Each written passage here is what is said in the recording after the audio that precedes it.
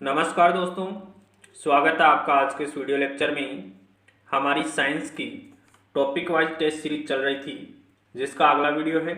और इस वीडियो में वेरी इंपॉर्टेंट प्रश्नों को शामिल किया है जो एग्जाम की दृष्टि से इम्पोर्टेंट है, तो वीडियो को अंत तक जरूर देखें। आज की वीडियो में बात करेंगे अन्न, सार और लवण से संबंधित कुछ महत्वपूर्ण प्रश्नों की। देखिए आज का पहला प्रश्न संख्या 48। प्रश्न संख्या 47 तक के प्रश्न अपलोड कर दिए हैं, तो बीटी क्लासेज यूट्यूब चैनल की प्लेलिस्ट को ओपन कीजिए, वहाँ पर सारे वीडियो मिल जाएंगे। देखिए आज का पहला प्रश्न, नाइट्रिक अम्ल निम्नलिखित में से किसके साथ अभिक्रिया नहीं करता है। नाइट्रिक अम्ल HNO3 है, वो किसके साथ अभिक्रिया नहीं करता है।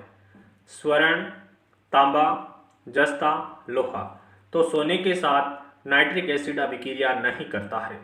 बाकी तांबे के साथ रिएक्शन करता है, जस्ते के साथ भी करता है और लोहे के साथ भी रिएक्शन करता है। सोने के साथ रिएक्शन नहीं करता है। प्रश्न संख्या 49 देखिए, कौन सा यौगिक अम्ल नहीं है। HCl gas, HCl विलियन, NH4OH विलियन, NH3 gas. तो HCl गैस है वो अम्ल नहीं है। HCl गैस अम्ल नहीं है। बाकी HCl विलियन है वो अम्ल है, NH3 गैस भी अम्ल है, NH4OH भी अम्ल है। प्रश्न संख्या 50 देखिए, अम्लीय तथा क्षारीय विलयन में फिनोप्थेलीन का रंग क्रमशः होता है। तो अम्लीय माध्यम में फिनोप्थेलीन का रंग कैसा होता है, रंगहीन होता है। अम्लीय माध्यम में फिनोप्थेलीन का रंग कैसा होता है, रंगहीन होता है। जबकि क्षारीय माध्यम में फिनोप्थेलीन का रंग गुलाबी होता है। क्षारीय माध्यम में फिनोप्थेलीन का रंग गुलाबी होता है और अम्लीय माध्यम में फिनोप्थेलीन का रंग रंगहीन होता है। प्रश्न संख्या 51 देखिए, जब एक अम्ल तनुकृत होता है तो विलयन में हाइड्रोनियम आयन के सांद्रण H+ आयन में वृद्धि होती है। जब अम्ल तनुकृत होता है तो विलयन में हाइड्रोनियम आयन के सांद्रण में वृद्धि होती है। प्रश्न संख्या 52 देखिए, जल की सार की प्रक्रिया है। जल की सार की प्रक्रिया है बिना ऊष्मा विनिमय के अभिक्रिया, ऊष्माशोषी, ऊष्माक्षेपी, बहिस्फोटक। तो जल में सार की विलयन की प्रक्रिया कैसी अभिक्रिया है, ऊष्माशोषी अभिक्रिया है। ऑप्शन 2 यहाँ पर करेक्ट हो जाएगा कि जल में सार की विलयन की प्रक्रिया कैसी है, ऊष्माशोषी प्रक्रिया है। प्रश्न संख्या 53 देखिए, तनुकृत नाइट्रिक अम्ल को जब धातुओं के साथ उपचारित किया जाता है तो हाइड्रोजन प्राप्त नहीं होता है। कथन जो इस प्रवृत्ति को उचित ठहराता है वह कथन कौन सा है। तो ऑप्शन 4 या इस प्रश्न का करेक्ट आंसर हो जाएगा कि तनुकृत नाइट्रिक अम्ल एक जल योजन अभिकर्ता है। तनुकृत नाइट्रिक अम्ल है वो एक जल योजन अभिकर्ता है। ऑप्शन 4 है वो यहाँ पर करेक्ट आंसर हो जाएगा। प्रश्न संख्या 54 देखिए, धात्विक ऑक्साइड बदलते हैं। धात्विक ऑक्साइड होते हैं वो किस प्रकृति के होते हैं, तो क्षारीय प्रकृति के होते हैं। धात्विक ऑक्साइड की प्रकृति कैसी होती है, क्षारीय प्रकृति होती है। और जो क्षार होते हैं वो लाल लिटमस को नीले लिटमस में बदल देते हैं। लाल को किस में बदल देते हैं, नीले लिटमस पत्थर में बदल देते हैं। प्रश्न संख्या 55 देखिए, सफेद शर्ट में लगे हल्दी के दाग को जब साबुन से धोया जाता है तो वह लाल हो जाता है, क्योंकि साबुन की प्रकृति उदासीन होती है, साबुन प्रकृति में अम्लीय होता है, साबुन प्रकृति में क्षारीय होता है, साबुन प्रकृति में अम्लीय होता है। तो साबुन की प्रकृति कैसी होती है, क्षारीय प्रकृति होती है। और क्षारीय प्रकृति के कारण सफ़ेद शर्ट पर लगे हल्दी के दाग को साबुन से धोते हैं तो उसका कलर है वो लाल हो जाता है। किस प्रकृति के कारण, साबुन की क्षारीय प्रकृति के कारण।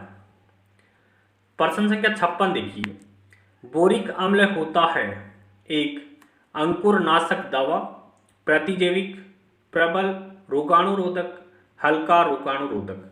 तो बोरिक अम्ल है वो हल्का रोगाणुरोधक होता है। ऑप्शन 4 है वो यहाँ पर करेक्ट आंसर हो जाएगा।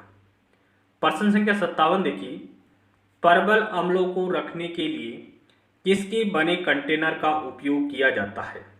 तो परबल अम्ल को रखने के लिए किस धातु से या किससे बने कंटेनर का उपयोग किया जाता है? प्लेटिनम, लेड, तांबा, कांसा। तो लेड से बने कंटेनर का उपयोग किया जाता है। परबल अम्ल को रखने के लिए लेड से बने कंटेनर का उपयोग किया जाता है। प्रश्न संख्या 58 है, अम्लराज की संरचना है। अम्लराज या एक्वारेजिया की संरचना क्या है? तो इसका निर्माण HNO3 और HCl से होता है। तो पहला और चौथा ऑप्शन कट हो जाएगा। अम्लराज का निर्माण HNO3 और HCl से होता है। अब इसका अनुपात कितना होता है? तो ये 1:3 के अनुपात में पाए जाते हैं। HNO3 कितना होता है? 1 होता है, HCl 3 होता है। तो HNO3 और सांद्र HCl 1:3 के अनुपात में होते हैं। प्रश्न संख्या 59 देखिए, निम्नलिखित में से परबल अम्ल कौन सा है? सबसे परबल अम्ल बताना है। तो CH triple bond CH, C6H6, C2H6, C3OH। तो C3OH है वो सबसे परबल अम्ल है। CH3OH यानी मेथेनॉल है वो क्या है? सबसे परबल अम्ल है। कौन? CH3OH। प्रश्न संख्या 60 देखिए, अम्ल वर्षा के लिए निम्नलिखित में से कौन से पर्यावरण प्रदूषक उत्तरदायी होते हैं? तो नाइट्रस ऑक्साइड NO2 और सल्फर डाइऑक्साइड SO2, ये क्या होते हैं? पर्यावरण प्रदूषण के लिए उत्तरदायी होती है। अम्ल वर्षा के लिए कौन से कारक है जो पर्यावरण का प्रदूषण करते हैं? तो नाइट्रस ऑक्साइड और सल्फर डाइऑक्साइड, इसके द्वारा अम्ल वर्षा होती है। ये जल के साथ अभिक्रिया करके HNO3 और H2SO4 का निर्माण करते हैं। प्रश्न संख्या 61 देखिए, निम्नलिखित में से कौन सा एक क्षारीय नहीं है? Sodium, potassium, lithium, sulphur. तो किसकी प्रकृति है वो क्षारीय प्रकृति का नहीं है? सल्फर की प्रकृति क्षारीय नहीं है। सोडियम की प्रकृति क्षारीय होती है, पोटेशियम की प्रकृति क्षारीय होती है और लिथियम की प्रकृति क्षारीय होती है, जबकि सल्फर है वो क्षारीय प्रकृति का नहीं होता है। प्रश्न संख्या 62 देखिए, क्षार के बारे में निम्नलिखित में से कौन सा कथन सही नहीं है? गलत कथन की यहाँ पर पहचान करनी है। जलीय माध्यम या तरल अवस्था में OH का निर्माण करते हैं। जो क्षार होते हैं वो जलीय माध्यम में या तरल अवस्था में OH ऋणायन का निर्माण करते हैं। पहला ऑप्शन तो सही है। दूसरा देखिए, स्वाद में कड़वे होते हैं।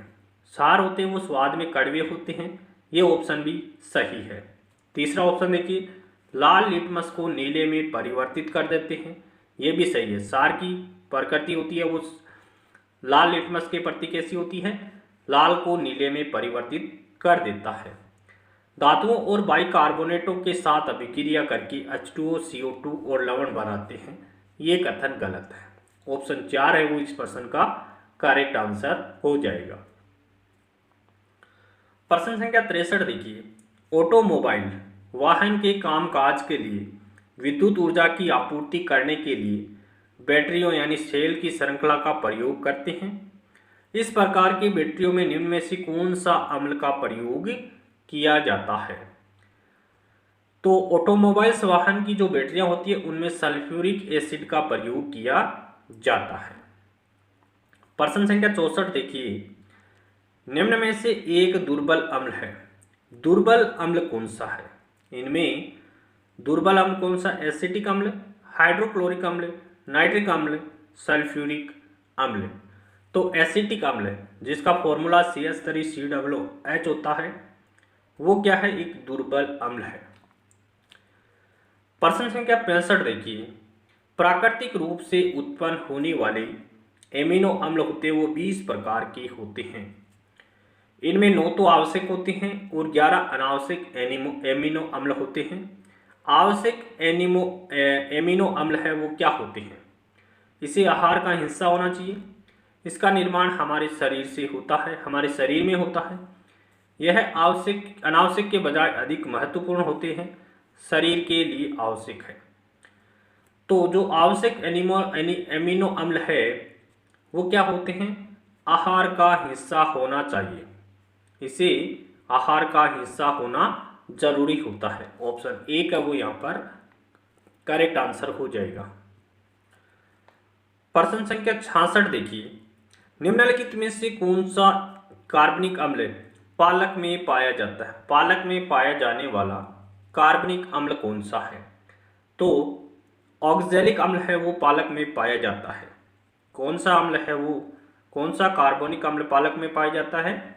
ऑक्जेलिक अम्ल पाया जाता है। प्रश्न संख्या 67 देखिए, ताजे दूध का पीएच 6 होता है। जब यह खट्टा हो जाता है तो पीएच, यदि कोई दूध है उसका पीएच मान 6 है, जब ये खट्टा होगा तो पीएच मान क्या होगा? कम होगा। दूध का पीएच मान कम हो जाता है। तो ऑप्शन ए यहाँ पर करेक्ट आंसर हो जाएगा कि इसका पीएच मान 6 से कम हो जाएगा। किसका? दूध का पीएच मान 6 से कम हो जाएगा। प्रश्न संख्या 68 देखिए, H2O और जलीय जल से भरी परखनलियों के विलयनों में विभेद किया जा सकता है। H2O और जलीय से भरी परखनलियों में विलयनों में विभेद किया जा सकता है। किसके द्वारा विभेद किया जा सकता है? लाल लिटमस के द्वारा, नीले लिटमस के द्वारा, Na2CO3 के द्वारा, जलीय HCl के द्वारा। तो लाल लिटमस के द्वारा किया जाता है। प्रश्न संख्या 69 देखिए, जलीय विलयन की अम्लता के परीक्षण के लिए कौन सा उपकरण प्रयुक्त किया जाता है? जलीय विलयन की अम्लता का परीक्षण करते हैं तो पीएच मीटर का उपयोग किया जाता है। निम्न में से कौन सा यौगिक लुईस अम्ल नहीं है? लुईस अम्ल नहीं है। AlCl3 ये तो लुईस अम्ल है, NH3 भी है, FeCl3 भी है। BF3 है वो लुईस अम्ल नहीं है। ऑप्शन 2 है वो यहाँ पर करेक्ट आंसर हो जाएगा। प्रश्न संख्या 71 देखिए, निम्नलिखित में से कौन सा अम्ल एक शक्तिशाली अम्ल माना जाता है? शक्तिशाली अम्ल कौन सा है? Citric acid, oxalic acid, nitric acid, acetic acid. तो नाइट्रिक अम्ल है वो शक्तिशाली यानी प्रबल अम्ल माना जाता है। प्रश्न संख्या 72 देखिए, निम्न में से कौन सा एक सबसे क्षारकीय ऑक्साइड है? सबसे क्षारकीय ऑक्साइड कौन सा है?